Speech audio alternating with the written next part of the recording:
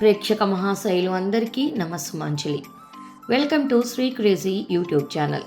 కార్తీక మహాపురాణం 25వ రోజు పారాయణం 19వ అధ్యాయం. పృథువు అడుగుతున్నాడు, నారద, నీచే అద్భుతంగా చెప్పబడిన తులసి మహత్యాన్ని విని ధన్యున్నయ్యాను. అదేవిధంగా కార్తీక వ్రతాచరణ ఫలితాలను కూడా ఎంతో చక్కగా చెప్పావు. అయితే గతంలో ఈ వ్రతం ఎవరి చేత ఎలా ఆచరించబడిందో కూడా కాస్త వివరంగా తెలియజేయి అని కోరగానే నారదుడు ఇలా వినిపించసాగాడు. ధర్మదత్తోపాఖ్యానం. చాలా కాలం పూర్వం సహ్య పర్వత భూమిని ఆనుకుని కరవీరమనే ఊరు ఉండేది. ఆ ఊళ్ళో ధర్మదత్త నిరంతర హరి పూజాసక్తుడు, నిత్య ద్వాదశాక్షరి జపవ్రతుడు, అతిథి సేవా పారాయణుడైన ధర్మదత్తుడనే బ్రాహ్మణుడు ఉండేవాడు.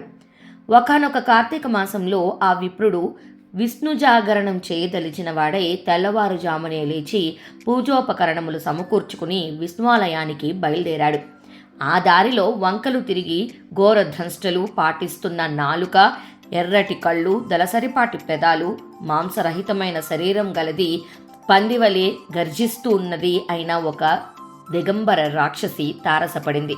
దానిని చూసి భీతి చెందిన ఆ బ్రాహ్మణుడు హరినామస్మరణతో తులసీభరితమైన జలతాండనం చేయడం వలన ఆ నీళ్లు సోకగానే దాని పాపాలన్నీ పటాపంచలైపోతాయి. తద్వారా ఏర్పడిన జ్ఞానం వలన కలహ అనబడే ఆ రాక్షసి ఆ బ్రాహ్మణుడుకు సాష్టాంగంగా ప్రణమిల్లి తన పూర్వజన్మ కర్మ విపాకనాన్ని ఇలా విన్నవించసాగింది. కలహ చెబుతోంది, పుణ్యమూర్తివైన ఓ బ్రాహ్మణుడా, పూర్వంలో నేను సౌరాష్ట్ర దేశమందలి భిక్షుడనే బ్రాహ్మణుడి భార్యను. అప్పుడు మిక్కిలి కఠినురాలై ఉంటూ కలహ అనే పేరుతో పిలువబడేదానిని. నేనేనాడు నా భర్త ఆజ్ఞలను పాటించి ఎరుగను, ఆయన హితువును ఆలకించేదానిని గాను. నేనెలా కలహకారినై అహంకరించి ఉండటం వలన కొన్నాళ్లకు నాదుని మనసు విరిగి మారు మనువాడాలనే కోరికతో ఉండేవాడు. ఆయనను నేను సుఖపెట్టలేకపోయినా మారు మనువు చేసుకోవాలనే ఆయన కోరికను గుర్తించి భరించలేక విషం తాగి చనిపోయాను. యమదూతలు నన్ను తీసుకుని వెళ్ళి యముని ముందు నిలబెట్టారు. యముడు చిత్రగుప్తుని చూసి, చిత్రగుప్త, దీని కర్మకాండలను తెలియచేయి. శుభమైనా అశుభమైనా సరే కర్మఫలాన్ని అనుభవించాల్సిందే అన్నాడు. అందుమీదట చిత్రగుప్తుడు, ఓ ధర్మరాజా, ఇది ఒక్క మంచి పని కూడా చేయలేదు.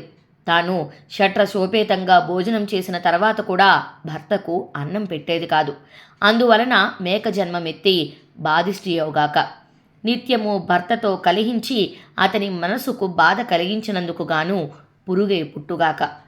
వండిన వంటను తానొక్కతే తినిన పాపానికి గాను పిల్లిగా పుట్టి తన పిల్లలను తానే తినుగాక.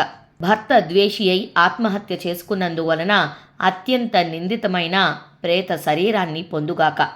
ఇది ప్రేతరూపము పొంది కొన్నాళ్ళు నిర్జల స్థలంలో ఉండి అనంతరం సత్కార్యములు ఆచరించుగాక అని తీర్మానించాడు. అది మొదలుగా, ఓ ధర్మదత్త, నేను 500 సంవత్సరాల పాటు ఈ ప్రేత శరీరం ధరించి ఆకలి దప్పులతో అల్లాడుతూ అలనాటి నా పాపాలకే దుఃఖిస్తున్నాను. అనంతరం కృష్ణ సరస్వతి సంగమమైన దక్షిణ దేశానికి రాగా అక్కడి శివగణాలు నన్ను తరిమి కొట్టగా ఇలా వచ్చాను. పరమ పావనమైన తులసీ జలములతో నీవు తాడించడం వలన ఈ పాటి పూర్వస్మృతి కలిగింది. తేజస్వివైన నీ దర్శనం లభించింది. కాబట్టి కలంకార రహితుడవైన భూసురుడా, ఈ ప్రేత శరీరం నుంచి దీని తదుపరి ఎత్తవలసిన యోనులలోని జన్మ ప్రయత్నం నుంచి నాకెలా ముక్తి లభిస్తుందో చెప్పు, రక్షించు అని ప్రాధేయపడింది. కలహ చెప్పిందంతా విని కలతపడిన మనసు కలవాడైన ఆ విప్రుడు సుదీర్ఘ సమయం యోచించి దుఃఖభార హృదయుడై ఇలా చెప్పసాగాడు. 20వ అధ్యాయం. ధర్మదత్తుడు చెబుతున్నాడు, ఓ కలహ, తీర్థాలు, దానాలు, వ్రతాలు చేయడం వల్ల పాపాలు నశించిపోతాయి. కానీ ఈ ప్రేత శరీరం వలన వాటిని ఆచరించేందుకు నీకు అధికారం లేదు. అదీ కాక 3 యోనులలో 3 జన్మలలో అనుభవించవలసిన కర్మ పరిపాకం స్వల్ప పుణ్యాలతో తీరదు. అందువలన నేను పుట్టి బుద్ధెరిగిన నాటి నుండి ఆచరిస్తూ వస్తున్న కార్తీక వ్రత పుణ్యంలో సగభాగాన్ని నీకు దారబోస్తాను. తద్వారా నీవు తరించి ముక్తిని పొందు. ఈ విధంగా చెప్పి ద్వాదశాక్షరి మంత్రయుక్తంగా తులసి తోయలతో ఆమెను అభిషేకించి కార్తీక వ్రత పుణ్యాన్ని ధారబోశాడు. ఉత్తర క్షణంలోనే కలహ ప్రేత శరీరాన్ని విడిచి దివ్య రూపిణి అగ్నిశిఖవలే లక్ష్మీ కళతో ప్రకాశించింది. అమితానందంతో ఆమె ధర్మదత్తుడికి కృతజ్ఞతలు చెప్పుకుంటుండగానే విష్ణు స్వరూపులైన పార్హర్షులు ఆకాశం నుంచి విమానంతో సహా వచ్చారు. వారిలోని పుణ్యశీల, సుశీల అనే ద్వారపాలకుల చేత కలహ విమానంద ఆసీనతగా చేయబడి అప్సరసరో గణాల చేత సేవింపబడసాగింది.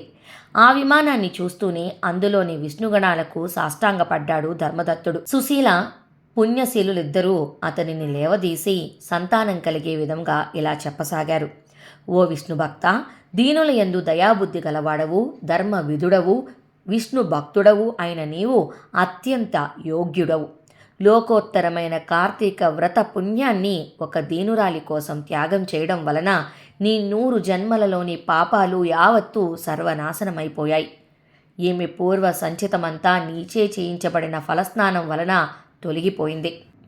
విష్ణు జాగరణ ఫలంగా విమానం తేబడింది. నీవు ఆమెకు అర్పించిన దీపదాన పుణ్యం వలన తేజోరూపాన్ని, తులసి పూజాదుల వలన విష్ణు సాన్నిధ్యాన్ని ఆమె పొందబోతోంది. ఓ పవిత్ర చరిత్రుడా, మానవులకు మాధవ సేవ వలన కలగని మనోవాంఛితమంటూ ఏదీ లేదు. విష్ణు ధ్యాన తత్పరుడైన నీవు 2 భార్యలతోనూ కలిసి అనేక వేల సంవత్సరాల పాటు విష్ణు సాన్నిధ్యంలోనే వినోదింపగలవు. ధర్మదత్తునికి విష్ణుదూతలు చెబుతున్నారు.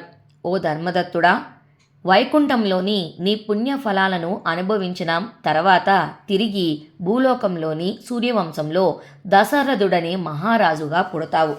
నీ భార్యలిద్దరూ ఆ జన్మలో కూడా నీకు భార్యలవుతారు. ఇప్పుడు నీచే పుణ్యాభిషిక్తురాలైన ఈ కలహ నీకా జన్మలో 3వ భార్యగా పరిణమిస్తుంది.